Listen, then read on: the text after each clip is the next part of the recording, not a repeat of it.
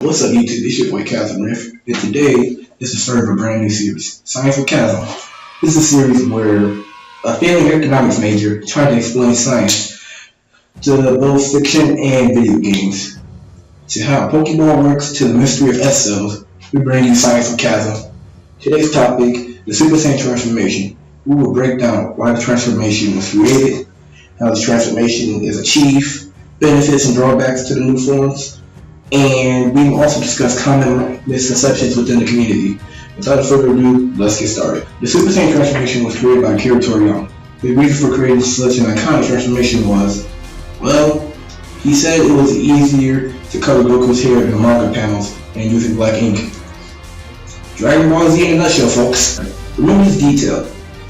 Dragon Ball Z, Frieza originally destroyed Planet Vegeta and through the Super Saiyan transformation, or the idea of the army of Saiyans turning into Uzaros, or the Great Ape for the non-Japanese viewers, in order to rebel against them. So he exterminated the entire race, although it stopped to be just 3 Saiyans left.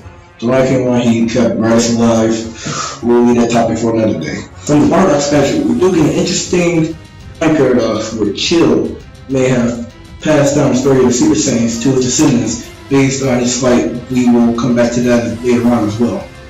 Originally, the transformation was triggered by extreme stress or anger, even hints of trauma and rage amongst the first 2 transformations. In Dragon Ball Super's explanation, you have a tingling sensation in your back, and if you release the power from that, you will achieve Super Saiyan transformation. Yeah. Moving on. For a while in the community, there has been a theory about why young, very inexperienced fighters such as Goku and Trunks could go Super Saiyan with no struggle or difficulty whatsoever. The explanation many came up was that they were born after Goku and Vegeta were Super Saiyans, which passed down to them genetically, thus enabling them to go Super Saiyan. The evidence that I used to back up this claim is that of Gohan, who is a hybrid Saiyan. While yes, he was the youngest at the time to go Super Saiyan, then Super Saiyan 2, he's also no prodigy fighter. He had to scratch and claw his way all the way to the top to achieve this form. Same goes for future Trunks, who achieved Super Saiyan transformation from rage and trauma over the loss of his best friend Gohan.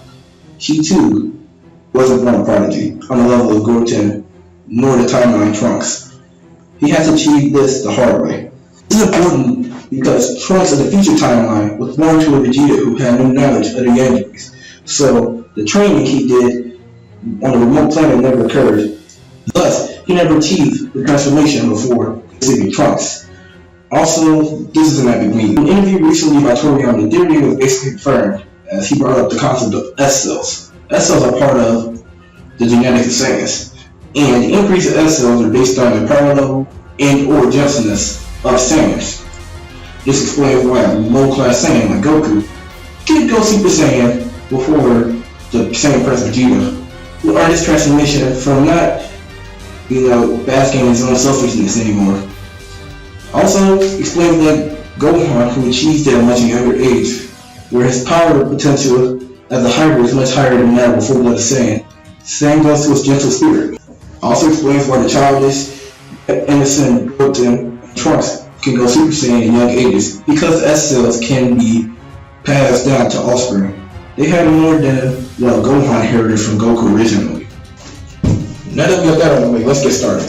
Super Saiyan 1 is a times 50 multiplier to your base power level.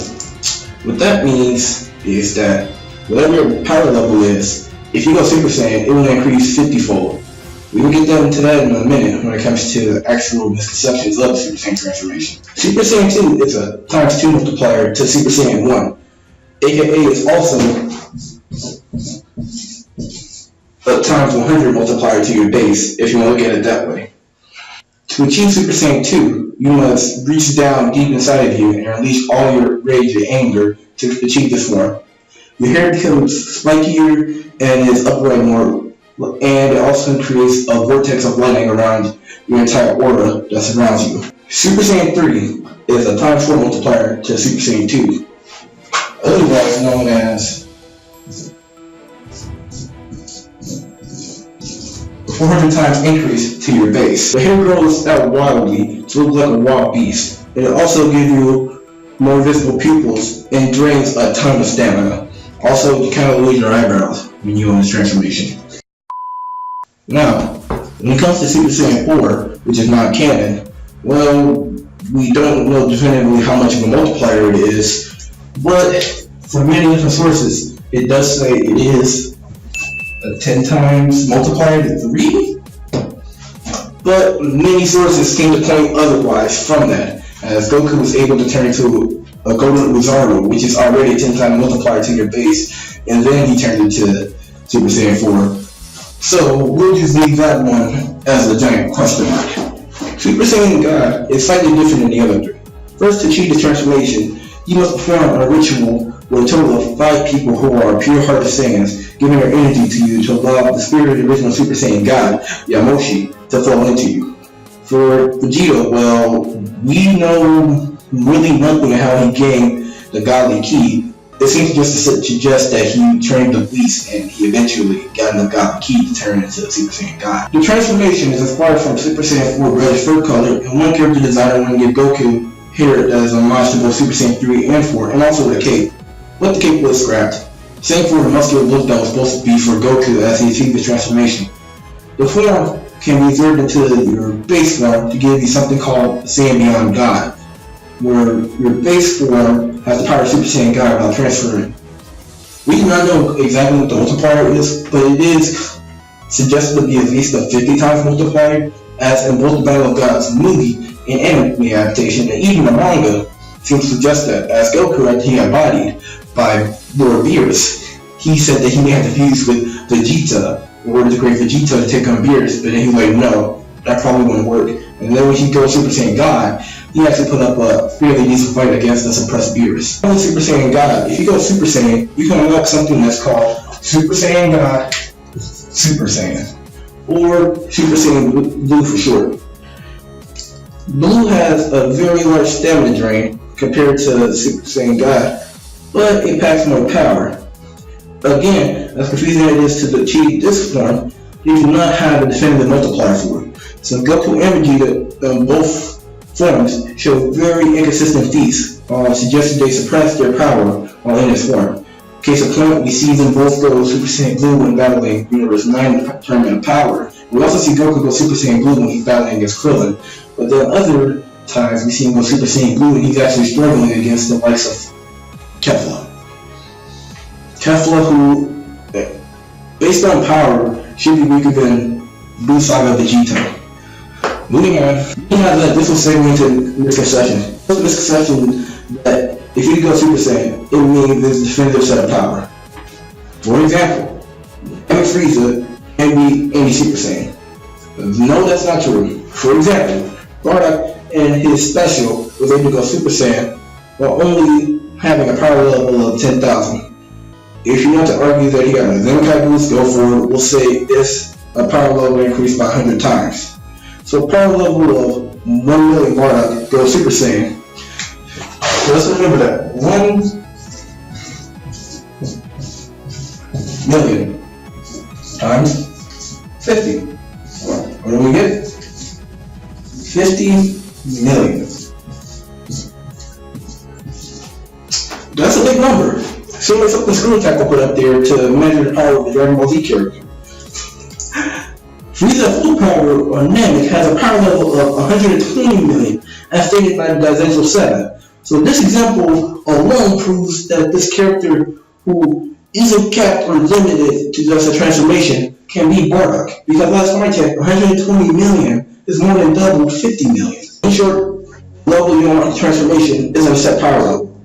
Think about how Gohan was throwing Goku and Vegeta as a Super Saiyan in the Cell games. It's a fallacy if they were all the same strength, because they were stating that Gohan is unbelievable. We have seen instances where Trunks said that he's stronger than Vegeta, and you can't be stronger than somebody if you both got a set power level. And also throws out the fact of training being a thing. Secondly, people trash on human species in Dragon Ball, but the Saiyans really have a terrible upside.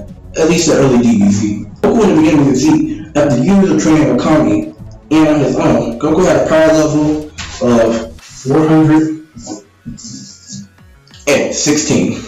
The human fighters who fought the Cybermen. They all reached bare minimum Radix level in just 1 year. They became 4 times stronger than Goku, and 1/3 of the time to train under combat. Yes, the Saiyans can train intensely and get Zenkai boosts, but think carefully about this. When fighting foes such as the androids and Imperfect Cell, Vegeta had to go Super Saiyan in the fights, but Tien, a person who had no transformation, was able to damage Cell. Piccolo, who could only get crazy power boosts, was in the form of fusing with 2 people. Yet he surpassed both Vegeta and Trunks, minus the intense trauma from the training. Finally, the last misconception that people have had in the community, and you can blame certain YouTube channels for this, is that power levels are bullshit. This has been a running joke throughout the community, but then it became really serious for a lot of people, and notion based on the feats that have been presented to them within Dragon Ball Z and into Super. A lot of these notions come from simple iconic moments such as Goku or Super Saiyan Blue versus Krillin, and how people, based on the combination of both the first and second misconceptions, have now given up this notion that the third misconception that we're talking about, power levels being bullshit, to be true. I know that was a mouthful for me to talk about, but in the struggle of the being struggle that Goku and Krillin had, people assumed that Krillin probably would die in the being struggle against the Super Saiyan Blue Goku, consisting of the feats that Goku had presented to us in the past and now in the present. People don't know that Goku can suppress himself, and he has done this numerous times while fighting. There are the instances where Goku fought robbers who had guns trying to rob his truck, and all he did was just finger flick them. If he finger flipped them based on the power he has now, he probably would turn them into dust, similar to how viewers could tap the table and destroy a planet. In short, the Super Saiyan transformation really doesn't set the bar very high on what to expect. Yes, it looks cool and it probably means a lot when you see Goku go Super Saiyan Blue, but you gotta also think about the context of the situation. If Goku is fighting a very powerful foe and he goes Super Saiyan Blue or anything beyond that, that means he's taking the fight seriously. If you see Goku go Super Saiyan while fighting Joe Schmo, and this person gets like 2 or 3 episodes to be featured on, either Goku is suppressing himself or he's only measuring to be about 50 times stronger than his own base. Maybe not even that strong. So in short, these are the 5/6 transformations that have been presented to us throughout Dragon Ball Z and Super for the Saiyan race. There is a movie coming out very shortly in December that will be talking about the origins of the Super Saiyan God. And the movie trailer seems to suggest that there is a new Saiyan coming in. So maybe this will open up discussion for another transformation or variations that we haven't seen yet. I want to thank you guys for watching this video. If you find it very informative, be sure to leave a like down below. If this video hits about 10 likes, I will assure you guys we will have another episode coming up next week. I've already started researching and working on the script, so I'm looking forward to continuing this series. If you guys can not mind the jump cuts that I have done here. I only did this just to clean up the board and to get myself ready to move on to the next topic. It's hard to do this in one shot. I hope you guys understand that. Anyway guys, like I said, be sure to leave a like down below, the subscription as well, follow my Twitter, Twitch links down below as well, and also the Discord server link for any subscribers on this channel. Anyway guys, I gotta get out of here. The gates will open and I guess I gotta go close them, so bye. Also, this is going to be a Thursday series. I can't guarantee an episode every week, but when there is going to be episodes, it's going to be on Thursdays every week except for this week. Bye.